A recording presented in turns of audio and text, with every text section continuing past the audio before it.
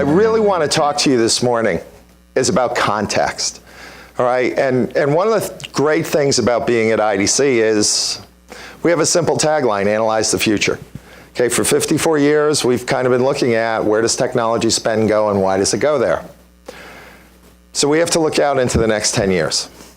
And that means we've had to kind of create a model that hangs together for us of how this all unfolds. So I want to share that with you today. And for many of you, this might also be a bit of a cautionary tale. Because as exciting and as tempting as the technology is, now might not be the time to buy. So let's talk about some logical precursors before we pony up that big purchase order. All right, and let's make sure we're really ready to go. So AI is really everywhere. All right, it's there already. How many of you used voice-enabled navigation to get here this morning? Right? I used it to walk from South Station. All right? I don't type anymore. My old arthritic carpal tunnel hands just hate it. I talk, and I get documents. We all watched AI in action yesterday during the football. Anybody here watch the NFL games? Notice the last few years, all of a sudden you can see where that next first down is? All of a sudden we have annotation on top of video in real time? That's a lot harder than it sounds. You might be surprised at how much computational algorithmic horsepower sits behind that stuff. The same thing is going to happen in every application you use and touch over the next 5 years. Okay, AI really is going to be everywhere. But it's going to be these narrow little bits of AI sprinkled on everything. We like to think of this as you're going to get task-level superpowers. And that's how this is going to manifest itself for many of you. And especially for those of you that live in big enterprise application environments, you're going to consume this stuff versus create it. So it's important to think about how does this progress? From the task to the process to the real line of business, from real little narrow superpowers to tasks linked together into bigger processes. It's fascinating. And it's only the beginning. Okay, we've seen AI play Go. We've seen AI play chess. And the penetration's still really low. There's a lot of market left to come. There's a lot of money here to be made. There's a lot of stuff to do. But it's also a market that's kind of tempered by these expectations of perfection, and AI is far from perfect. All right? And some of these are a little lighter. In the social services version of this talk, we talk about AI killing pediatric asthma patients. We talk about AI generating the most biased sentencing requirements of any judge in the Deep South. We talk about AI making horrible mistakes.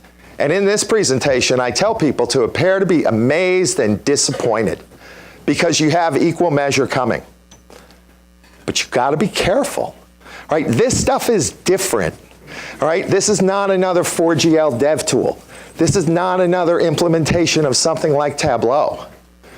This stuff creates actionable advice, often that we don't understand, often that we can't audit, often that we can't explain.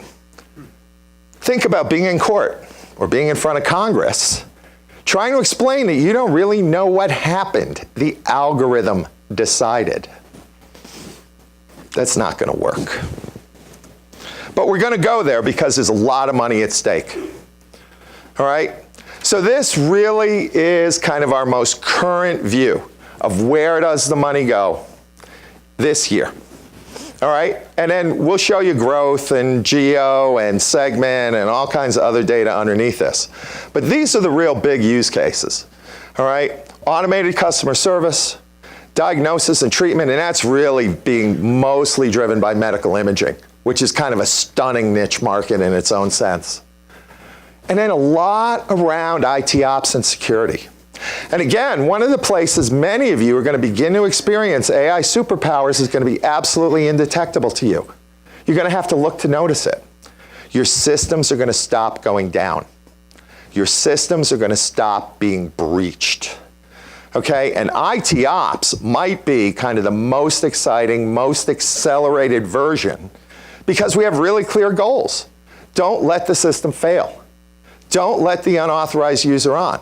We have these really simple, unambiguous tasks that are a really good match with the current generation of AI technologies. But we have all these challenges, skills, training data. Are results explainable and are they trusted? If you live and breathe in a regulated industry, this should concern you. It really should. How do you get by a regulator? Look at AI in health. We don't have a way to get an AI approved. How did the Da Vinci robot get approved? As a medical device, based on clinical outcomes.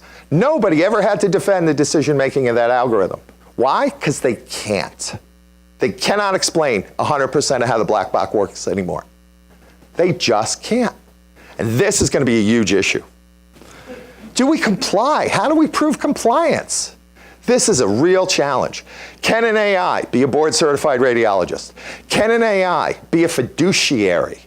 We don't have the legal constructs in place to protect you from the liability of making assumptions in these areas. You need to be careful. And then how does this all evolve? So we've spent a lot of time thinking about how do we create a framework that helps us understand what's going on. So let's take this simple horizon view of the world. We start at one end. Humans decide, right? This is kind of where most of us are today. We look at our analytics, we look at our reports, we use our best judgment, we decide. But then we move into an area where the machine begins to make recommendations based on our asks. All right? 2011, I jokingly referred to a market that we called answers as a service. Well, it's almost here. Now, we have to come up with a good acronym for that because I haven't found one yet. But that's basically what we're talking about here, right? We ask and we get answers and then we decide. Then we move to a point where the machine leads, and we only handle the exceptions. All right? Think about this as Cadillac Super Cruise or Tesla's autopilot. It'll drive under limited circumstances, but when that little red light goes off, you better grab that wheel because it's done. It's decided it can't navigate the vehicle for whatever reason anymore. The car it was following in front of you turned off. The snow on the road has become deep enough, it can't see the lines anymore. Beep, beep, beep. You have 3 seconds to take control of that vehicle. Better be paying attention. Finally, though, we transition to this whole notion of the machine-controlled environment. Skynet, if you will. We think that's a long way away, all right? It really is. It's a long way away. But we have to think about this changing role of humans and machines and really think about who produces the insight, who decides, and who acts. The thing with AI is it makes your head hurt because there's a lot of thinking involved. And again, for most of you, not so much spending, not so much buying, more thinking, okay? Every single account I've ever worked with, they're over their skis on investment, they're underinvested in deep thought, all right? Don't make that mistake. Because this cascades. We start at tasks, but then we're up into activities and processes, and then whole systems begin to be interrelated. These little thin slices of AI baloney, these little tiny task augmentations get linked together. The processes get broader and broader. The amount of business being done on a fairly autonomic basis increases. And all the while, we need to be paying attention here, because this stuff goes off the rails really quickly if you're not careful. And honestly, if the machine learning guys were being honest with you, they tell you that they don't always know why the algorithm goes south, okay? So focus on thinking, not spending. At least for now, at least for this next month or two, okay? What data do you have? Do you even know that? Do you know the quality of it? Who curates it? Who works with it? What are the rules about it? What data can we get from our partners, from our suppliers, from our customers?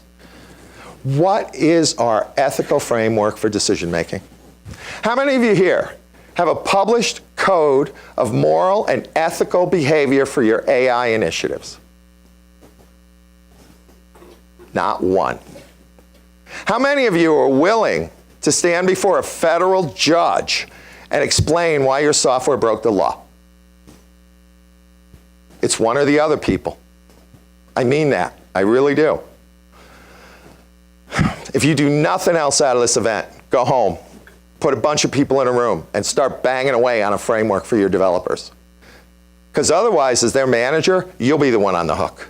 You need published guidelines to guide your development and understand what you're trying to do here.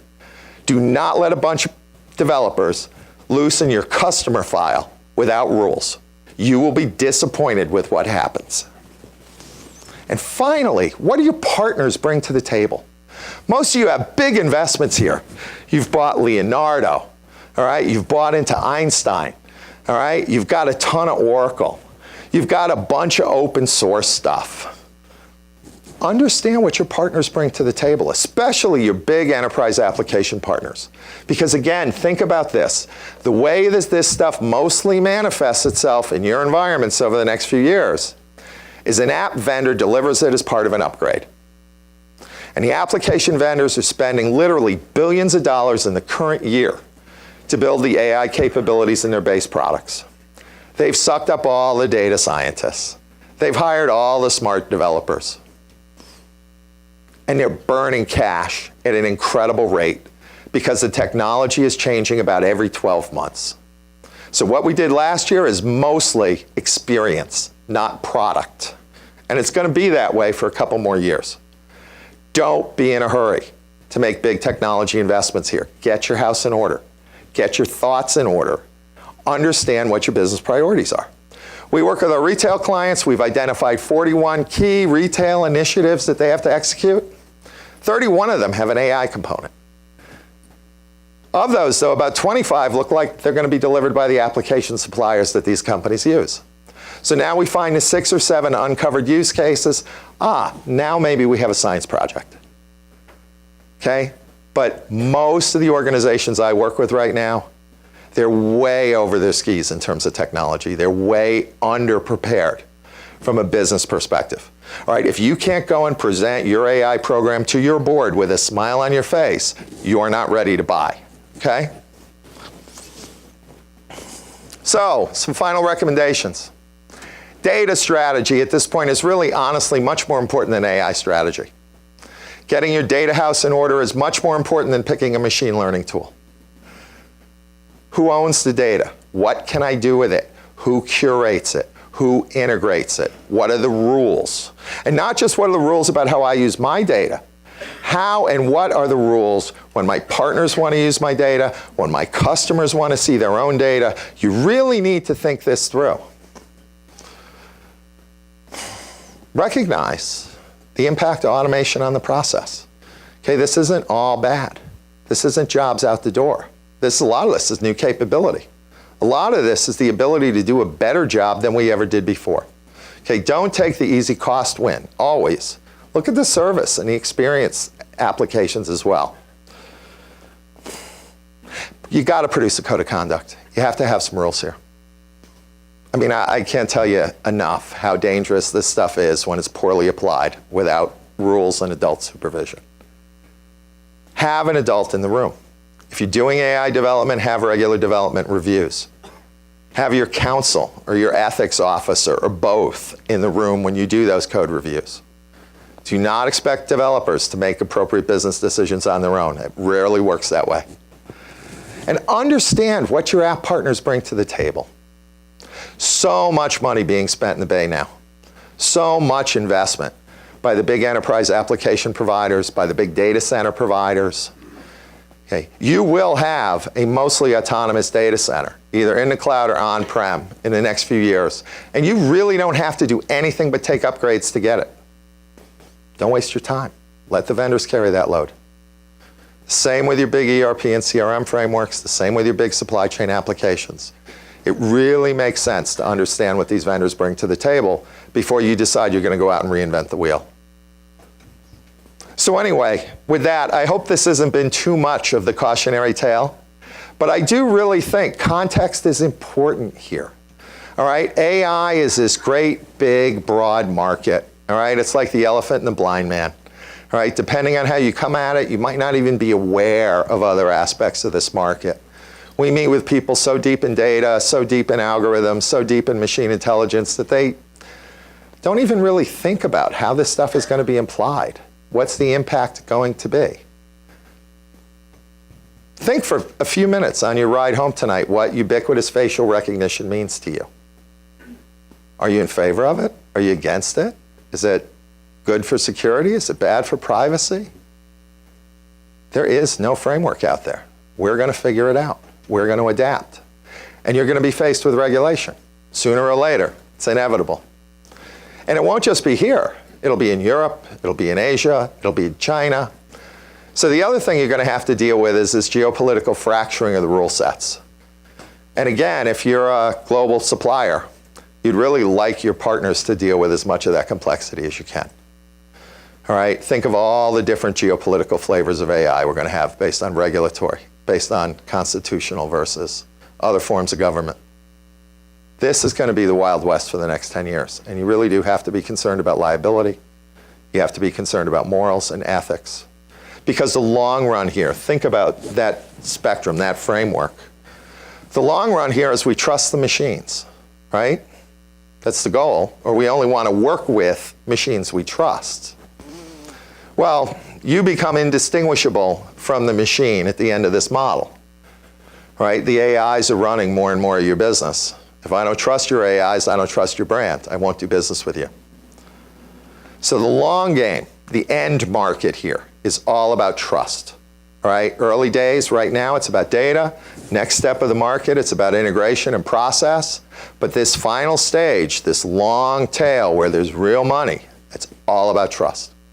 Don't blow it before you get there. Thank you very much.